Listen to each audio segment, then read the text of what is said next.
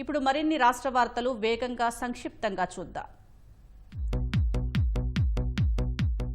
పేదల సంక్షేమానికి ప్రభుత్వం పెద్దపీట వేస్తుందని మంత్రి అచ్చెన్నాయుడు అన్నారు. శ్రీకాకుళం జిల్లా కోటుబొమ్మాళి టీడీపీ కార్యాలయంలో 22 మంది లబ్దిదారులకు 19 లక్షల విలువైన సీఎంఆర్ఎఫ్ చెక్కులు పంపిణీ చేశారు. నందిగాం మండలం కాపు తెంబూరుకు స్వచ్ఛ రథం అందించారు.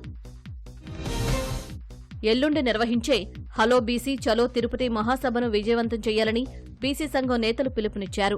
కర్నూలు బీసీ భవన్లో జరిగిన సమావేశంలో పాల్గొన్న రాష్ట్ర అధ్యక్షుడు నాగేశ్వరరావు యాదవ్ చట్టసభల్లో బీసీలకు రిజర్వేషన్ కల్పించాలని కోరారు. శ్రీ సత్యసాయి జిల్లా సీకేపల్లి మండలంలో విద్యుద్ఘాతంతో భవన నిర్మాణ కార్మికుడు మృతి చెందాడు. చెన్నై కొత్తపల్లిలో కొత్తగా నిర్మిస్తున్న ఇంటి పని చేస్తుండగా విద్యుత్ షాక్ కొట్టినట్లు స్థానికులు తెలిపారు. గుంటూరు ఆర్టీసీ డిపోను ప్రైవేటు పరం చేస్తున్నారంటూ కార్మికులు ఆందోళనకు దిగారు. ఎలక్ట్రిక్ బస్సుల సంస్థకు రెండో డిపో అప్పగింతకు యాజమాన్యం నిర్ణయించడాన్ని తప్పుబట్టారు. డిపోను కొనసాగించాలని లేదంటే ప్రత్యామ్నాయ స్థలం ఇవ్వాలని డిమాండ్ చేశారు. శ్రీకాకుళం జిల్లా వజ్రపుకొత్తూరు మండలం బదివాణిపేటలో పిల్ల ఎలుగుబంటి హల్చల్ చేసింది.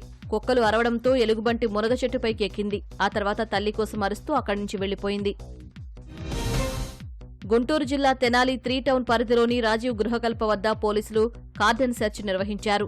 సరైన పత్రాలు లేని 60 బైకులు 5 ఆటోలు సీజ్ చేశారు. గంజాయికి వ్యతిరేకంగా కాలనీవాసులతో ప్రతిజ్ఞ చేయించారు. ప్రకాశం జిల్లా సింగరకొండ 71వ వార్షిక తిరునాళ్లు ఘనంగా జరుగుతున్నాయి. ఏర్పాట్లను పరిశీలించిన జిల్లా ఎస్పీ హర్షవర్ధన్ రాజు స్వామివారిని దర్శించుకున్నారు.